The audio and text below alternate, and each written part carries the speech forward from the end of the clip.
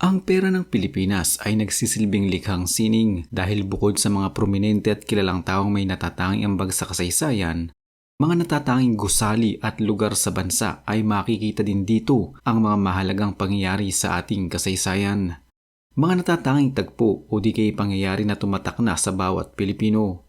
Ang 500 piso noon ay tinatampok ang yumaong dating senador na si Ninoy Aquino ay marahil isa sa pinaka-pinag-usapan, hindi na lamang dahil sa pagtatampok sa dating senador kundi dahil na rin sa mga larawang makikita sa mismong perang papel. Subalit ang pinakatumatak sa atin ay ang larawan ng batang ito at ng sundalong inaabutan niya ng bulaklak.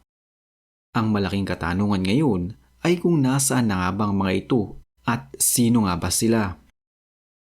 Isang misteryo pa rin kung bakit nakahalumbaba ang larawan ni Senador Aquino. May isa akong nabasang artikulo ilang taon nang nakakaraan na isang kuha daw ito noong pabalik na si Senador Aquino ng Pilipinas taong 1983. Nasa eroplano daw sila ayon sa nagsalaysay at pumipili daw ang senador ng kakainin sa menu. Pero hanggang ngayon, hinahanap ko pa rin ang artikulong ito. Sa kanang panig ng papel, mababasa ang isang tala mula sa isang talumpati sa Asia Society noong 4 ng Agosto 1980 sa New York. The Filipino is worth dying for. Ang nakalagay sa pera pero ito ang buong pangusap na pinagkuhanan. I have carefully weighed the virtues and faults of the Filipinos and I have come to the conclusion that he is worth dying for because he is the nation's greatest untapped resource. Pirmado ang tala ng palayo ng senador.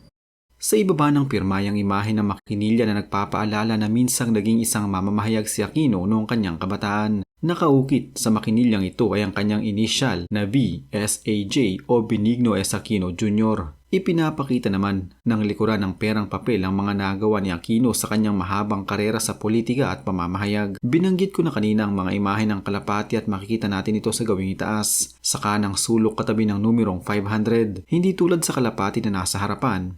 Kagat-kagat ng kalapating ito ang isang laso na kulay ginto. Tila pinapaalala nito sa makakakita na bago bumalik si Aquino noong 1983, malawak ang ikinampanya ng kanyang kampo ang pagtatali ng dilaw na laso sa mga punong madadaanan ng kanyang konvoy. Ginawa ito upang maalala ng kanyang mga taga-suporta ang kantang Tie a Yellow Ribbon on Old Oak Tree. Ipinapahayag ng kanta ang saloobin ng isang nakalayang bilanggo at pabalik sa kanyang tahanan. Sa gawing kaliwa naman makikita ang nagkakapit-bisig na mga magsasaka, sundalo, kababaihan, Muslim at Kristiyano. Ayon sa Bangko Sentral ng Pilipinas, ipinapakita nito ang hangarin ni Aquino na magkaroon ng isang malaya at nagkakaisang bansa, isang kapatiran ng Kristiyano, Muslim at ng minorya. Sa ibaba nito ay si Aquino nakasuot ng helmet at jacket. Sa kanyang likuran ay ang headline ng isang dyaryo. Sa masusing pagsusuri, makikita na si Aquino ang nagsulat ng artikulong iyon. Pinapaalala ng imaheng ito na naging mamamahayag ng Manila Times si Aquino noong kanyang kabataan. Pumasok siya sa Times na hindi ginagamit ang koneksyon ng kanyang ina, na nooy nasa labas ng bansa. Hindi naglaon, ipapadala si Aquino ng Manila Times sa Korea noong 1950s upang iulat mula roon ang digmaan. Isang pakikipagsapalaran ito para sa batang mamamahayag na nooy 18 taong gulang pa lamang. Sa larawan sa ibaba, nagsusulat si Aquino. Sa kanyang tabi ay ang Rolleiflex camera na kanya rin ginamit upang iulat ang mga pangyayari sa Korea. Gawing kanan ng pera ay ang isa sa mga programang pang-edukasyon na isinulong ni Aquino noong nagsilbi siyang senador ng Republika, ang Study Now, Pay Later. Sa pamamagitan ng programang ito, nabigyang pagkakataon ng mga may hirap na mag-aral at bayaran ang perang pinang-aral sa itinakdang panahon ng bangko.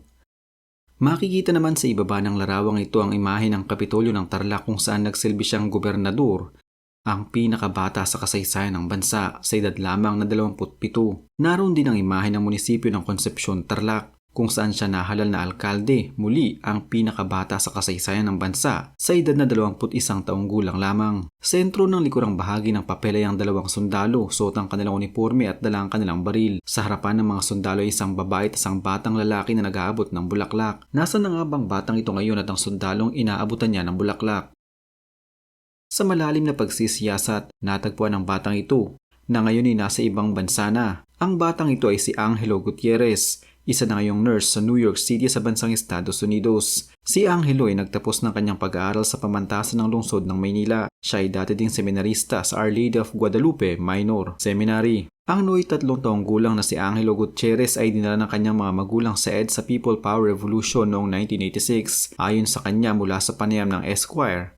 Kasama rin niya ang kanyang tiyahin at tiyuhin kung saan naabutan sila ng trapiko sa kahabaan ng EDSA habang papunta sa bahay ng isang kamag-anak sa Pasig. Dahil batid nilang may nagaganap na kilusan noong panahong iyon, nagpa siya ang kanyang mga magulang na huminto at makisa sa mga tao. Sa kalagitnaan ng kilusan, siya ay nawala sa paningin ng kanyang mga magulang kung saan ang mga ito ay labis na nag-alala. Habang nawawala, namumulot siya ng mga tangkay ng bulaklak at ipinamimigay sa taong nakapaligid sa kanya. Ang hindi alam ng kanyang magulang, nakuhaan na pala ng larawan si Gutierrez ng isang fotograpo na si John Chua kung saan naaktuhang nagbibigay siya ng bulaklak sa isang sundalo.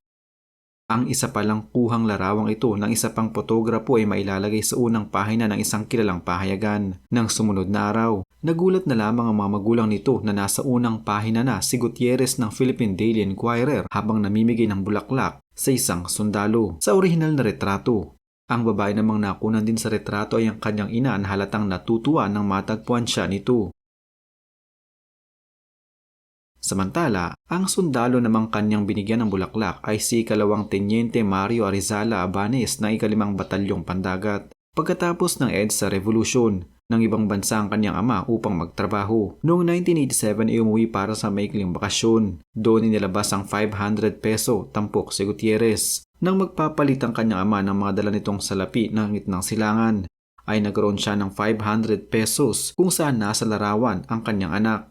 Simula noon, ipinagmamalaki na nitong sabihin ng kanyang ama sa kanyang mga kakilala. Si Gutierrez ay nasa 39 na taong gulang na sa ngayon. Ayon sa kanya, wala siyang kamalay-malay sa kahalagahan ng EDSA Revolution noong panahong namimigay siya ng mga bulaklak sa mga tao. Ngunit habang lumalaki, natanto niya na isa siya sa naging bahagi ng kasaysayan ng Pilipinas. Para sa kanya, isang maliit na gawain lang ito mula sa isang inosenteng bata kung saan nakapagbibigay siya ng positibong epekto sa marami.